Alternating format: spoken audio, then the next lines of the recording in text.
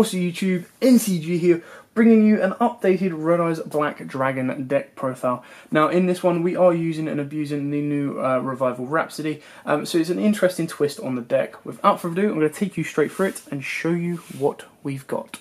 So, we start off with, of course, triple Red Eyes Black Dragon, double Blackstone Legend. You don't need 3 anymore because your Baby Dragon searches this out. Double Gearfried, this gives you the access to Slasher Dragon, as well as a nice little monster on board that can help circle some of your cards around. 2 Black Metal Dragons, especially this card, because it is treated as a Red Eyes card, so this can equip to that, and then you can set Gearfried's effect off. 2 Red Eyes Baby Dragon, unfortunately he is quite expensive, but there's a reason for that. When it's destroyed by battle and sent to the graveyard, you special on 1 level 7 or lower Red Eyes monster, and then re-equip this card from your graveyard to it, and then if this card is sent to the graveyard while equipped to a monster, it searches you out a level 1, so it gets you search out your stone. We then play a good handful of one-offs. We've got the 1 Meteor Dragon, because our Meteor Burst Dragon in our deck, the 1 Red Eyes Darkness Metal Dragon, the 1 Summon Skull to access our Archfiend Dragon. I still think he's very, very powerful. And then the 1 Red Eyes Black Fair Dragon. Then, of course, we go with triple King of D. It becomes Lord of D while on the field. When this card is normal summoned, you discard 1 spell or trap card and add 1 Flute of Summoning Dragon, Melody Awakening Dragon, or Dragon Revival Rhapsody from your deck to your hand. But the best thing about this one is there's plenty of spells that you want to send to graveyard that can either become dead, especially trap cards as well, to help you push your plays forward. So he's actually he's more effective in the Red Eyes deck in that sense, but he's only going to be searching out 1 target, so you've got to be quite careful with him. For the spells, we've got triple Return. This got a nice little reprint in Secret, so this is a little bit easier to get hold of, and incredibly powerful Red Eyes. Triple Allure of Darkness. Everything is dark except even our Lord of D, sorry. So if your Lord of D does ever become dead, you just banish it with Allure. We've then got triple Red Eyes Insight, which searches you out your traps, which can be then searched or pitched by your King of D.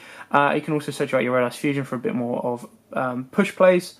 We've then got 2 Dragon Revival Rhapsody. Now, I probably advise in this deck to put in stuff like Dragon Shrines or maybe Foolish Burial, just so you can always make sure you've got 2 dragons. Obviously, it is up to 2 dragons in your graveyard, including at least 1 normal monster, which you're covered for with your Red Eyes.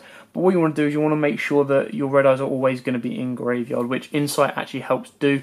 So you activate Insight, you put a Red Eyes in graveyard already, you get you normally summon your King of D. King of D's effect goes off.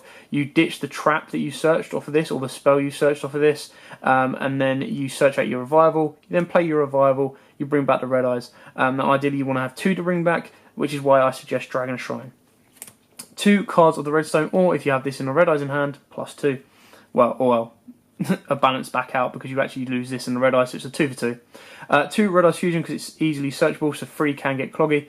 2 Silver's Cry, again for the revival effects and push plays for your extra deck. The 1 Regeki, the 1 Monster Reborn, again, you now have 6 Monster Reborns in this deck. You've got 2 Silver's Cry, 3 Dragon Revivals, and 1 Monster Reborn, so you've got plenty in this deck.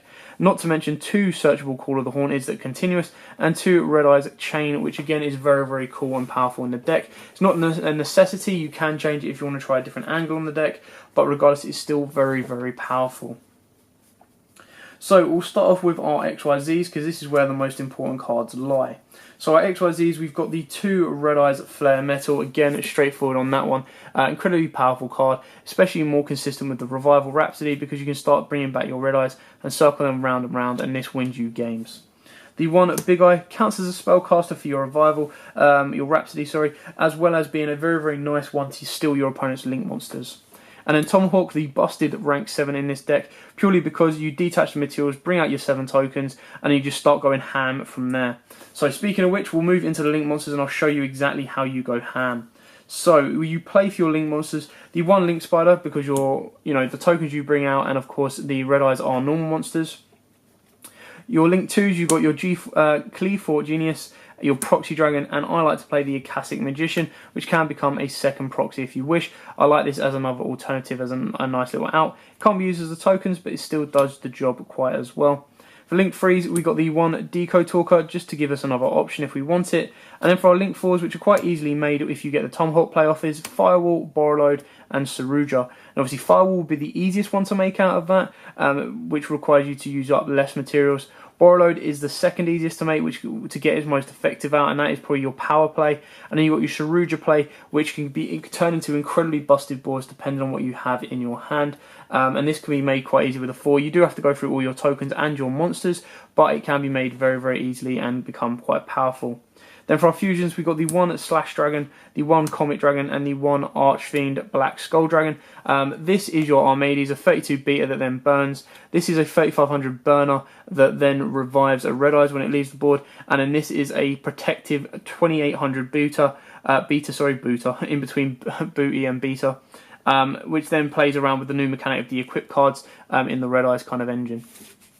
So a very straightforward and simple to the point deck profile, but I hope it's kind of given you a couple of ideas on the deck. There is quite a few variants for Red Eyes that you can play around with should you wish, and give you a couple of options to move them forward. But I hope this helps. I hope it's given you a couple of ideas. Thanks for watching. Until Thursday, guys, where I'll be back with another deck profile. Or if you have any requests, please put them in the comments below, and I'll be more than happy to answer them and bring you whatever I can. But thanks for watching. Don't forget to like, comment, subscribe, share. Till next time, guys, or until Thursday, see ya.